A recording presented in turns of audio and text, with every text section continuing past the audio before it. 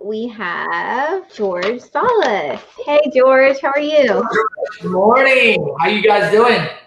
Great. It's so good to have you on. Thank you for having me. It's a pleasure as well. Well, let's just say a little bit about George's background. George has over 10 years of experience in the competitive Houston real estate market. George uses a hybrid investment strategy to acquire, design, and launch more than 45 short-term rental properties that generates about $70,000 per month in rental income, and that's really amazing. So I always like to follow you because I manage our short-term rentals, and it's awesome to see your success in it. I love it. Yeah, George, man, COVID happens. I mean, you're hot and heavy building out short-term rentals, Airbnbs. COVID happens, and then I don't know this for sure, but I imagine you're thinking, "Oh crap!" And then once you had that like reflection, then you went into problem-solving mode, and it's like you're better than ever right now, right? Better than we've ever been. We just had our first six-figure month. So that's 70K just jumped to six figures. Before COVID, what was it? Sir? Before COVID, what was it? Before COVID, I was trailing between 50 and 60. 50 and 60. And then right when the shutdowns happened, what was it? We were headed to 70, which would have been our first best month ever last March. And then we ended up with 27,000, about 40 total last March. So which was 30 under. And then I think the April we ended up with 28, 29, right? So that's some madness, mad cash out of pocket to be able to survive. 60% revenue gone. Yeah, shocking, bro. It was just like, oh my God, what do I do? Gone. Now you're about, I don't know what the math is, 70% more than that. So I guess 200% over that 30. Yeah, so 90, 100 to 230%. Yeah. That's nuts. So how are you using technology to help the client's experience? Right now, we're actually implementing the most technology we've ever had. We've tried several, but right now it's all about automation, right? You don't want to build a short-term rental business that's going to be another job for you. So I did that at first. I learned the business, and then essentially I applied, the technology skills that I was learning, and then I was able to implement this technology. And I had to try several actual platforms until we landed on the ones we use today, which allow us to give extent owner reporting to our partners, clients, myself. And we use technology to automate all of the messaging, the quality control, all of the scheduling, and even the reviews at this point right now. We're just everything. We're pretty much automating. We've automated the entire business, but there's always a next level of automation, right? And it just comes one tweak at a time.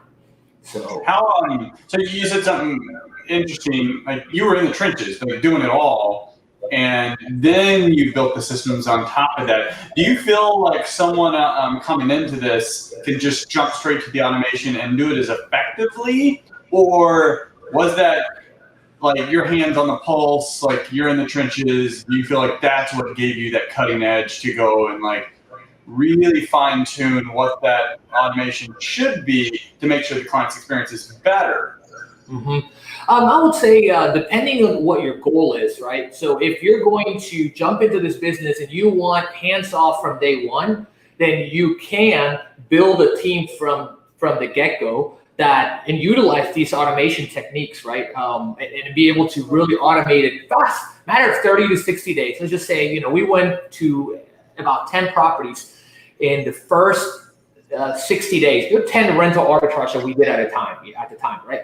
And we did not automate. I went onto the trenches because I didn't know that automation really existed, right? And I didn't know what to use. There's so much out there. You don't know what to use until you try. So I would have said, if you want to be hands off, then either build a team or work with an investor or a short-term rental host that wants to be free, right? That wants to operate with you. And if you want to learn the business, operate, then leverage those skills to either teach someone else or improve your business and grow your operation. So like if somebody wants to actually build a management company, which we accidentally built a badass management company, right? That was by accident. I didn't know I was getting into the management business, but that's what you do when you're managing short-term rentals. So I would say go for it, learn everything, and then after you've done it, for 2, 3, 4 months with more than 3 to 5 properties, then you really know what's going on. Or go work with somebody that has done it before with tons of properties, right? That's my suggestion. Either way, I would say it's all about your goal. Chris. So what tool do you, from feedback from your clients, what tool has been the most effective in like, I don't know whether it's just the check-in experience or the review experience or an issue comes up and like boom, it's solved. But what tool do you feel the customer, like they notice it was been a 90-day difference and they're so appreciative of it? I would say the message automation is the #1 and most effective initial tool, right? Because you can add and subtract little things that make you or break you, right? For example, and we use the Smart VMB, which is probably the best tool out there in the market for message automation. Right now, we use a CRM called Hostaway that does everything, right? So it's a CRM, right? So when we started, we tried several things, and I would say the messaging tool at first is what makes you or breaks you. And the reason for that is because one little thing that you forget to send a customer, a guest, or client, right, could either make you an extra $200-$300 or take $200-$300 from you because you don't send them certain. Let me just give you an example. You don't automate your check-in information and you forget. You lose a reservation. Perfect example.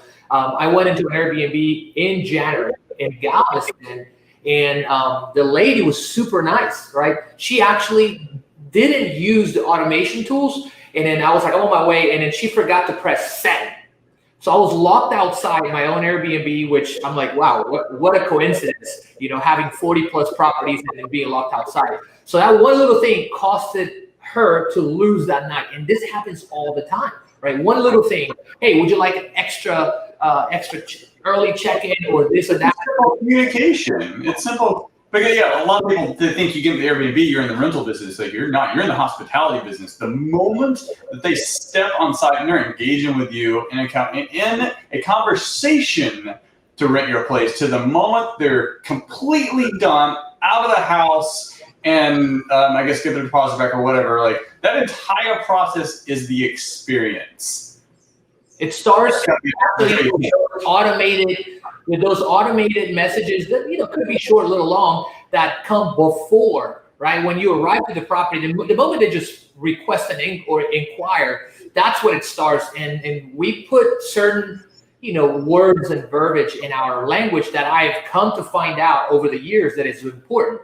Sometimes it might be a little too much for some guests, but that's what we are very niche and avatar of who we're catering to.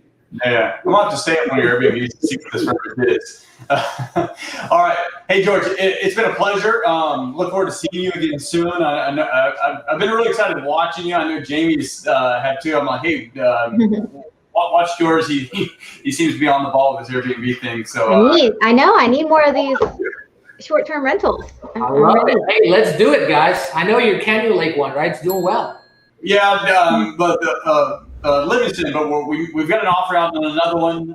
It's a more unique property that may chat with you a little bit. We'll see if we get this one. Hey, let me know how I can help, guys. All right. Absolutely. Thanks so much, George. Great info. It's a pleasure.